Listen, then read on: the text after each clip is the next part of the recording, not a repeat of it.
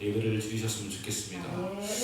우리 집안일인데 우리 김철환 집사가 그 이름을 지었는데 이름을 우리 집안에 굉장히 뛰어나신 분이 이름을 지으신 거예요.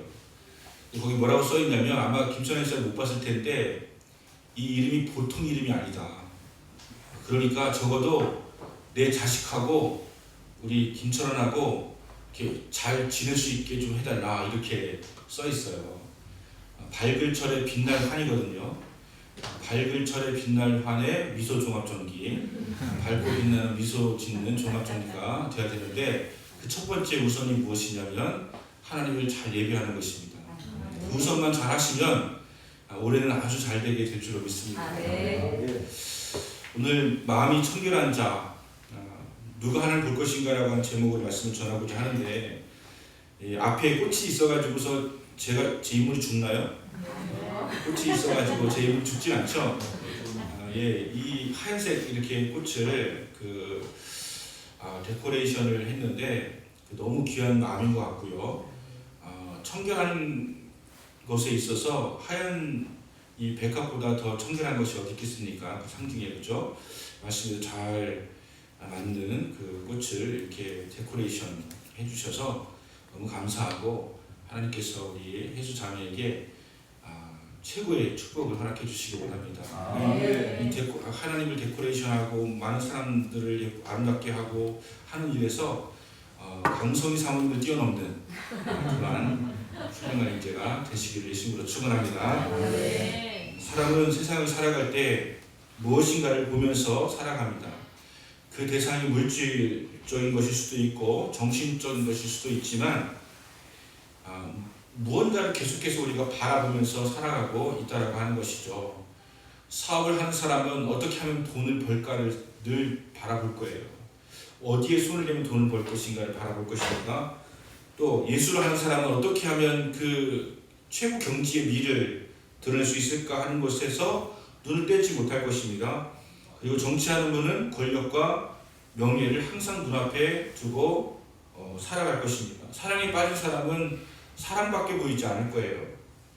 이렇게 사람들은 무언가를 보면서 일생을 살아가게 되어지는데 그런 의미에서 어떤 한 사람이 무엇을 보면서 일평생 살았느냐라고 하는 것이 그 사람의 인격과 성품을 결정하는 것이 아닐까라고 생각을 하는 것입니다. 예수 믿는 사람들은 어떻습니까? 예수 믿는 사람들은 다를 것이 하나도 없습니다. 예수 믿는다고 해서 우리가 세상 것과 결별하고 살아가는 것은 아니죠. 우리도 공부 열심히 해서 좋은 대학에 진학해야 되고 우리도 사업 잘해서 많은 돈을 모아야 하고 우리도 고시 공부해가지고 판검사도 돼야 되고 정치인도 돼야 됩니다. 그렇지 않냐고 해가지고서 우리 별개의 나라에서 따로 움막 짓고 살아가는 것이 아니고 세상 속에서 사람들이 바라보는 거 다 똑같이 바라보면서 살아가야 되는 것이죠. 그게 맞는 것이죠. 그렇게 하라고 우리를 만드신 것이기 때문에 우리는 우리의 목표를 두고 열심히 살아가야 됩니다. 게다가 우리는 하나님의 자녀로서의 삶도 살아가야 되는 것이죠. 야곱은 20년 동안 외삼촌 집에서 살았습니다. 그러면서도 그 마음속에 한 가지 가지고 있는 꿈은 어떻게 하면 자리를 잡아서 어떻게 하면 기반을 닦아가지고 자수성가하고 독립해가지고 잘 살까? 이게 야곱의 꿈이었어요. 크리스찬의 꿈이 아니고 야곱의 꿈이었어요. 그래서 매일 바라보는 양과 염소를 바라보면서 이 야곱은 무엇을 보았겠습니까? 그 양과 염소 중에서도 그 알록달록하고 뭐 점이 있고 뭐 이런 것만 바로 보이는 거예요. 왜냐하면 삼촌하고 계약할 때 이 알록달록하고 좀 약해 보이고 뭐 점 있고 뭐 이런 것들을 네가 가질 것이다라고 했기 때문에 그의 관심은 알록달록하고 뭐 점 있고 흠 있고 뭐 약하고 여기 있는 염소를 어떻게 하면 좋을까라고 하는 관심만 더 많이 가졌을 거예요. 물론 티는 안 했을지 몰라도 그의 관심은 성공을 위해서 늘 그의 관심을 가지고 있었을 것이라고 하는 것입니다. 그래서 결국은 20년 만에 그가 나오게 되어질 때 거부가 되어서 나오게 되었습니다. 하나님께서 이거 책망하지 않으셨어요. 나무라지 않으셨습니다. 우리가 살아가면서 얼마든지 우리는 우리의 관심을 가지고 성공을 위해서 달려가는 인생을 살아갈 수가 있다고 하는 것이고 하나님도 그것에 대해서 우리를 나무라시고 생각하지 않는 거예요. 크리스찬은 가난하게 살아가야 된다? 아닙니다. 크리스찬은 깨끗하게 살아야 됩니다. 깨끗한 부자가 되면 되는 거예요. 가난하게 살아야 될 이유가 없는 거죠. 하지만 우리가 깨끗하게 하나님의 사업을 감당할 수 있는 부자가 되어진다면 그것이 하나님의 뜻이 아니겠습니까? 야곱이 거부가 되어지는 것은 하나님의 뜻이기도 한 것이었죠. 왜냐하면 그가 족장이 되어가지고 수많은 사람들을 거느리고 12명 자식 키우려면, 그리고 수많은 그 종들을 거느리려면 거부가 되어야 됩니다. 그래야지 하나님의 그 또 선조로서 이스라엘의 조상으로서의 그런 것들을 감당할 수가 있게 되지 않겠습니까? 가난한데 조상이 되기가 쉽습니까? 어렵습니다. 예수 믿는 사람도 마찬가지입니다. 교회 다닌다, 또 헌신한다, 봉사한다 이렇게 하면서 자기가 하는 일을 적당하게 내버려 두고 그냥 무릎 꿇고 기도하는 것에만 관심을 가진다? 하나님 그걸 기뻐하실 리가 없습니다. 우리는 우리의 세상에서의 일도 감당을 해야 하는 것이죠. 우리는 산속에 박혀있는 절간에서 수도하는 수도승들이 아닙니다. 우리는 세상 가운데 살아가면서 세상 사람들과 동일하게 경쟁하면서 우리는 이겨야 하고, 그러면서도 하나님의 자녀다운 거룩함을 지켜야 되고 그 다음에 청결함을 지켜야 되는 사람들이라고 하는 것을 우리는 기억해야 되는 것이죠. 그래서 우리는 세상의 일도 다 잘 감당하고, 그리고 교회에서 기도도 많이 하고 봉사도 하고 헌신하는 사람이 되어야 되는 것이지, 우리는 이제는 거룩하기 때문에 아예 구별되어서 교회 일만 한다, 주님의 일만 한다, 세상에서 온갖 비난 다 받으면서 아무것도 제대로 감당하지 못하면서 살아가는 것은 하나님 기뻐하는 것은 결코 아니다라고 하는 것입니다. 세상 사람들과 비할 때 예수 믿는 사람에게 다른 것이 한 가지가 있습니다. 그것은 하나님을 본다라고 하는 것입니다. 이것은 육신의 이야기가 아니고 정신의 눈을 말하는 것도 아닙니다. 이것은 마음의 눈을 가리켜서 하는 말씀인 것이죠. 성령께서 우리의 마음의 눈을 열으셔서 예수님을 나의 구주로 영접하게 하시는 것, 이것을 거듭나는 것이라고 우리는 이야기합니다. 성령이 우리를 거듭나게 하시는 것을 믿습니다. 주님이 이렇게 말씀하십니다. 내가 진실로 진실로 내게 이르노니 사람이 거듭나지 아니하면 하나님 나라를 볼 수가 없느니라, 이렇게 말씀하셨어요. 이 말씀 갖고 이렇게 되죠. 누구든지 성령으로 거듭나면 하나님의 나라를 볼 수가 있느니라, 이렇게 하는 것이죠. 우리 하나님 나라를 볼 수가 있습니다. 어떻게 될 때? 거듭날 때. 세상 사람들은 죽었다 깨어나도 하나님 보지 못합니다. 거듭나지 않은 사람은 하나님 볼 수가 없는 거예요. 근데 우리는 거듭난 자들이기 때문에 하나님을 볼 수 있는 자가 되었다라고 하는 것입니다. 하나님 성령께서 우리에게 임하시면 우리의 마음의 눈이 열리는 것입니다. 하나님 나라를 볼 수가 있게 되어진다고 하는 거죠. 여러분, 이 눈을 가지고 계십니까? 확신이 없으세요? 이 눈을 가지고 계십니까? 하나님 볼 수 있는 눈이 있으십니까? 하나님 볼 수 있는 눈이 우리에게 있기 때문에 우리가 지금 이 자리에 와서 예배를 드리고 있는 것 아니겠습니까? 우리에게는 하나님 볼 수 있는 눈이 있는데, 오늘 우리가 읽은 이 말씀도 이것을 우리에게 말씀하여 주고 있는 것이죠. 마음이 청결한 자는 복이 있나니 저희가 하나님을 볼 것이며, 마음으로 하나님을 보는데 마음의 눈으로 하나님 보는 자가 행복하다라고 이렇게 말씀을 하시는 것입니다. 우리에게 이 마음의 눈이 있습니다. 마음의 눈이 없는데 가지라고 말씀드리려고 하는 것이 아니라, 여러분이 이미 거듭난 자이기 때문에 이 마음의 눈이 이미 있다라고 하는 것을 우리는 알아야 합니다. 예수님께서 저들을 보시고 다음과 같이 말씀을 하셨습니다.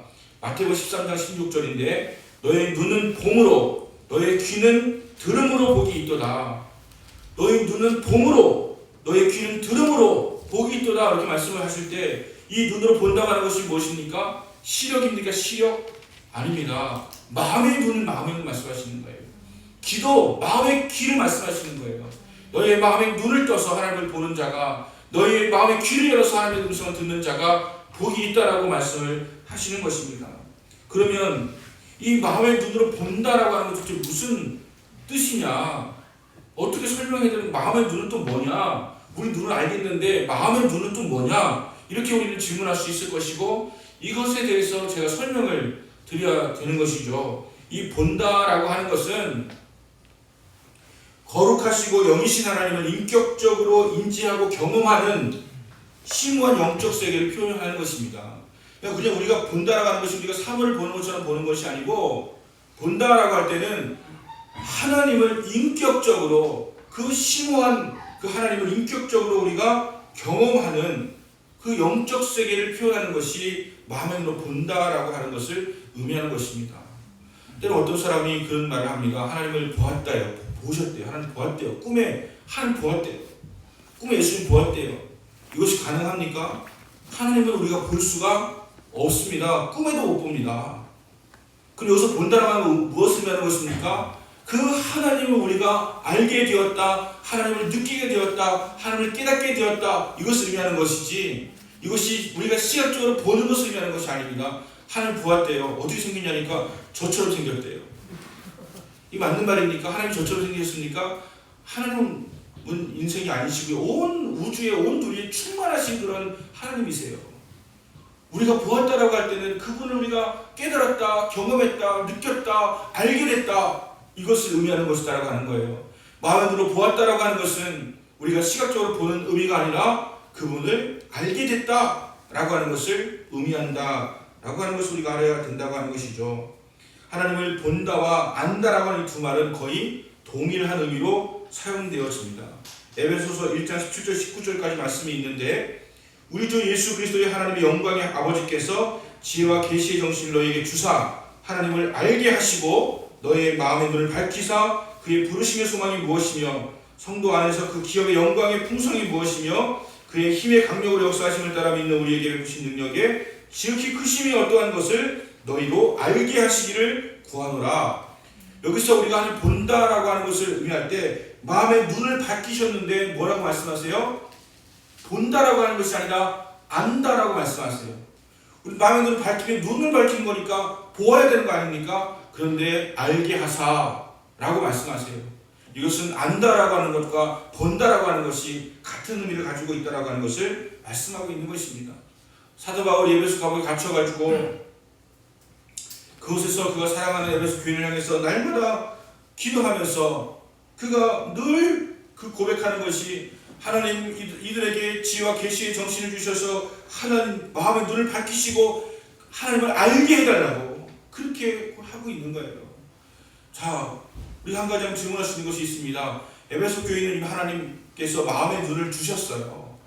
그런데 그 마음의 눈을 밝히셔서 하나님을 알게 해달라고 그렇게 간구하고 있는 바울을 발견하게 되지 않습니까? 여러분도 마음의 눈을 이미 가지셨어요. 그런데 하나님 잘 보여 안 보여요? 아까 제가 마음의 눈을 밝히시 하나 볼 줄 믿습니다 했더니 대답이 선천찮아요. 세 번 하시고 세 번 크게 해주셨거든요. 속으로 들어가는 소리 어멘 뭐 조그맣게 이렇게 하는 건 좀 들렸는데 확실하게 아멘 못해요. 왜 그럴까요? 뭔가 잘 안 보이는 거예요. 마음의 눈이 없어서인가요? 아닙니다. 마음을 있는데 지금 하나님이 좀 안 보이는 거, 힘이 안 보여요. 그래서 오늘 우리에게 하나님께서 말씀하시는 것이죠. 마음이 청결한 자는 하나님을 볼 것이며 라고 말씀을 하시는 것입니다. 정결하다라고 하는 것, 이것은 우선 말 그대로 깨끗하게 된다라고 하는 것을 의미하는 것입니다.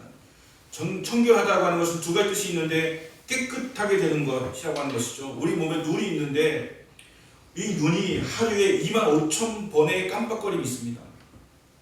25,000번 깜빡거리면서 이 안에 눈물샘이 있어가지고요. 깜빡거리면서 이 안에 있는 작은 티끌 같은 걸 씻어내는 거예요. 그리고 우리가 항상 눈을 깜빡거리면서 뭐 사물을 갖다가 바르게 볼 수 있는 청결함이 우리에게 임하게 되어지는 것입니다.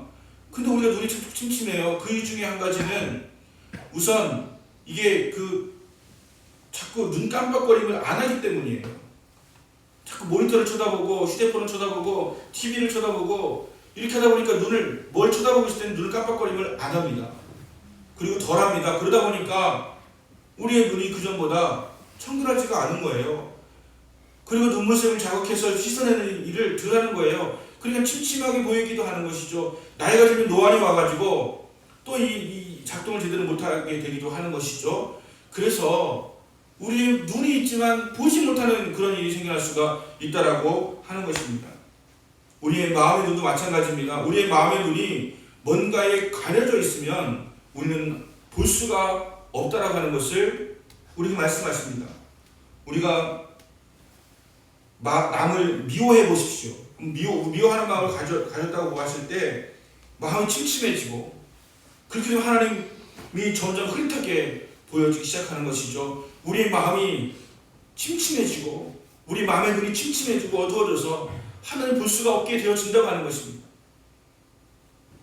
우리가 증오하는 마음을 다른 사람을 대해보십시오. 마음이 달라집니다. 용서하지 못하고 계속해서 우리 마음 가운데 미움의 불길이만 타올라 보십시오. 우리는 하나님 옆에 계셔도 볼 수가 없는 그러한 침침한 눈을 가지게 된다라고 말씀을 하시는 것이죠. 눈에 무언가 덮여 있으면 아무것도 볼 수 없는 것처럼 마음이 더러워졌기 때문에 우리의 마음의 눈으로 하나님을 보지 못하고 있다라고 하는 것입니다. 청결함의 두 번째 의미는 마음이 갈라지지 아니하는 것이다 라고 하는 것입니다. 다시 말하면 이중적이지 않은 마음, 위선적이지 않은 마음인 것이죠. 여러분, 세월 살다 보면 참 그런 분이 참 드물고 그런 분에 대해서 우리가 존경하게 되는 것이 있는 것 같아요. 두 마음이 아닌 사람들, 오직 한 마음인 사람들, 뒤집으면 다른 마음이 되어지는 사람이 아니라 뒤집거나 까나 하여튼 간에 온전히 그냥 하나인 그런 마음인 사람들, 변화는 잘하지만 변함은 없는 사람, 이런 분이 너무 귀하지 않습니까? 저는 우리 교회 성도님 중에 정말 그런 분들이 너무 많은 게 좋은 것 같아요. 이 앞이나 뒤나 변함이 없는, 변화는 추구하지만 변함은 없는 그런 성품으로 하나님 아버지 앞에 서 있는 그런 사람, 이것이 바로 청결한 자의 모습이라고 하는 것입니다. 위선적이지 않은 사람을 의미한다고 하는 것입니다. 마태복음 6장 24절에 가면 주님께서 이런 말씀을 하십니다. 한 사람이 두 주인을 섬길 수가 없다. 혹은 이를 미워하고 저를 사랑하거나 혹 이를 중히 여기고 저를 경히 여겨야 한다. 두 사람을 똑같이 섬길 수가 없다. 마찬가지로 하나님과 재물을 동시에 겸하여 섬길 수가 없다. 이렇게 말씀을 하셨거든요. 근데 이 말씀 바로 앞에 22절 23절에 이런 말씀이 있습니다. 눈이 성하면 온몸이 밝다. 눈이 나쁘면 온몸이 어둡다. 이 말씀을 하셨을까요? 이것은 무엇을 의미하는 것이냐 하면 마음이 갈리면 하나님이 안 보인다라고 하는 것을 의미하는 거예요. 눈이 성하면 온몸이 성하다는 거예요. 하나님께 마음을 조금 주었다가 또 세상에 나와서는 돈의 마음을 주면 마음이 갈라집니다. 하나님을 똑바로 보아야 될 신령한 영안을 가지고 세상적인 것을 추구하면 마음이 갈라져서 하나님이 보이지가 않는다라고 하는 것입니다. 왜냐하면 청결하지 못하기 때문에. 눈을 감으나 뜨나 하나님을 보시면서 살기를 원하십니까? 청결해야 됩니다. 마음이 갈라지면 안 된다는 것이에요. 예수님께서는 이렇게 마음이 청결케 되어서 하나님을 보는 자는 굉장히 복이 있다고 말씀을 하십니다. 여러분, 우리가 왜 두렵습니까? 하나님 안 보이기 때문이거든요. 왜 걱정이 됩니까? 하나님 안 보이기 때문이거든요. 어떤 위험한 고비가 탁 닥쳤는데 하나님이 보여보세요. 우리의 마음은 정말 평안해질 거예요. 어떤 위험한 순간이 다가오고 어떤 고비가 우리에게 찾아오고 어떤 위험이 우리에게 다가와도 하나님이 우리에게 보인다면 우리 마음은 두렵지가 않을 거예요. 하나님이 안 보이니까 우리는 정말 요동하고 두려워하고 염려하고 좌절하고 실수하고 실패하고 하게 되어지는 그런 자들이 되어지는 건 아니겠습니까? 그러므로 마음이 청결하여서 하나님을 보는 자는 복이 있다. 이 말씀은 하나님이 보여지는 자는 복이 있다라고 하는 거예요. 정말 여러분, 신앙의 그 깊이 가운데 한 가지는 그거 같아요. 정말 그 위험한 고비 가운데서도 그 정말 절체절명의 그 위기의 순간에서도 하나님이 보이는 사람, 하나님이 느껴지는 사람, 그래서 그 마음 평안을 가지고 이렇게 할 수 있는 사람. 그럼 제가 왕년에는 축구를 좀 열심히 했는데 축구를 하다 보면 참 신기한 게 있어요. 축구 잘하는 사람은요, 골대 앞에서 막 수많은 수비수 5명이 달려들어도요 침착하게 싹싹 해가지고 싹 넣어요. 근데 이 골을 잘 못 넣는 사람, 넣어본 적이 없는 사람은요, 그냥 아무도 없고 혼자 있는데 골이 와도 이 사람 그 앞에서 뻥 차는데도 하늘 높이 올라가요. 이게 그 안에서 그 마지막 그 절체적인 순간에 그 여유와 평안과 이걸 가지고 있는 사람은 그냥 실수 없이 이걸 해나가는데, 정말 좋은 기회가 찾아와도 이 마음이 와, 드디어 내가 골을 한번 넣을 수 있게 되었구나, 막 여기에 들떠가지고 막 뻥 차버리면 갑자기 하늘 높이 쏟아가지고 너무 어이없는 장면을 많이 보지 않습니까? 여러분, 우리의 마음에 하나님이 함께 하시는 것을 믿는다면 우리는 어떤 두려움도 사라지고 평안함을 가지게 될 줄로 믿습니다. 하나님을 보면서 살아가는데 그 사람을 누가 끌어안쳐다가 탄식하게 만들겠습니까? 그러므로 주님이 하나님 보는 자가 복이 있다, 행복하다 말씀을 하시는 것이죠. 날마다 주님을 바라보시면서 살아가시기를 바랍니다. 다윗을 들어보면 다윗이 사울 왕기에 쫓겨서 망명 생활을 할 때 굉장히 어려웠습니다. 너무 가난했잖아요. 가지고 아무것도 없고 600명이 따라 붙었는데 그들을 먹이려면 얼마나 힘들겠습니까? 그 추종자들을 데리고서 또 잡히면 죽으니까 산으로 또 굴로 막 이렇게 피해 다니면서 이렇게 살아가는 그 다윗이 그래도 불구하고 시편 23편에서 고백하는 것은 여호와는 나의 목자가 되시니 내가 부족함이 없으리로다라고 고백하고 있지 않습니까? 그가 나를 푸른 추장에 쉴만한 물가로 인도하신다고 고백하고 있지 않습니까? 그 가난한 상황 속에서, 그 위급한 상황 속에서, 그 어마무시한 사람 식솔들을 먹여 살려야 되는 그런 두려움 속에서 그는 하나님을 바라보니까 하나님은 나의 목자가 되시니 내가 부족함이 없으리로다라고 고백하고, 그가 부족함이 없었겠습니까? 당장 지금 먹으면 그 다음 끼는 못 먹을지도 모르는 두려움이 왜 없겠습니까? 그런데 그가 하나님은 나의 목자가 되시고 그가 나를 푸른 추장에 누이시고 쉴만한 물가로 인도하시는구나 라고 고백을 할 수 있는 것은 그가 그 상황 속에서도 하나님을 보았기 때문이다 라고 하는 것을 말씀하고 있는 것이죠. 그러므로 여러분, 겸허하게 우리 자신을 돌아봐야 합니다. 왜 날마다 나는 비참해지는가? 왜 우리는 맨날 싸움박질인가?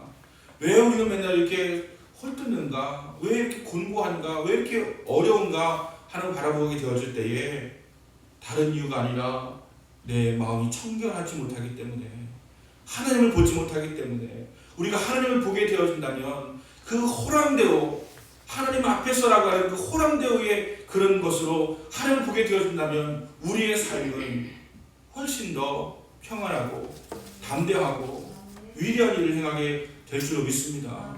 여러분, 유행에 뒤처지지 마십시오.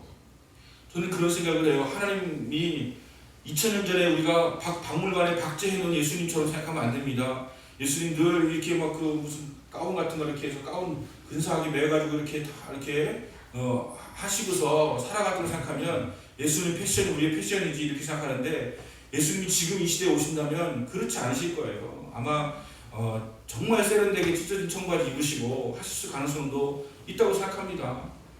여러분, 우리 자꾸 너무 그 과거에 2000년 전 아니면 구약시대에 성경에 나오는 것처럼 우리 살아있다고 생각하지 마십시오. 하나님은 그 누구보다도 가장 앞서신 분이세요. 그분과 동행하면 패션에서 가장 앞설 수가 있고요, 과학에서 가장 앞설 수가 있고요, 뷰티에서 가장 앞설 수가 있고요, 우리 분야에서 가장 앞서가는 사람이 될 수가 있다고 생각합니다. 예수님을 생각하면서 2000년 전처럼 살아가려고 하는 그런 마음 가지지 말고, 지금의 하나님 우리가 주목하고 바라보게 되었으면 그가 우리에게 창조적 마인드를 허락해 주실 것이고, 이 삶 가운데서 가장 앞선 변화를 이끌어 주도할 수 있는 사람으로 만들어 주실 거예요. 하나님을 보시기 바랍니다. 하나님을 바라보시기 바랍니다. 그가 우리에게 소망을 주시고 꿈을 주시고 이루게 하시고 또 주도하게 하실 줄로 믿습니다. 하나님을 바라보시면 우리에게 두려움이 사라질 거예요. 여러분, 공부할 때, 직장생활할 때, 사업할 때 하나님이 보여주신다고 한다면 우리는 다른 사람들이 듣지 못하는, 보지 못하는 그런 카운셀링을 받게 되어질 것입니다. 그분이 우리 하나님께서 우리를 인도해 주실 것이고 가장 아름다운 모습으로 이끌어 주실 것이라고 하는 것입니다. 마음이 청결한 자는 복이 있다라고 말씀을 하시기 때문에 우리의 삶의 문제는 대부분 하나님을 보지 못하기 때문에 이루어지는 것이고, 하나님 보지 못하는 이유는 청결하지 못하기 때문이다 라고 여겨질 때에 우리는 먼저 청결케 하는, 깨끗하게 하는 모습들이 있어져야 될 것이고, 두 마음을 품지 않는 모습이 있어지게 되어질 때에 우리가 보여도 희미하게 보이고 어떤 때는 아예 안 보이고 하는 그런 일들이 사라지고 하나님을 볼 수 있는 마음의 눈을 가지게 될 줄로 믿습니다.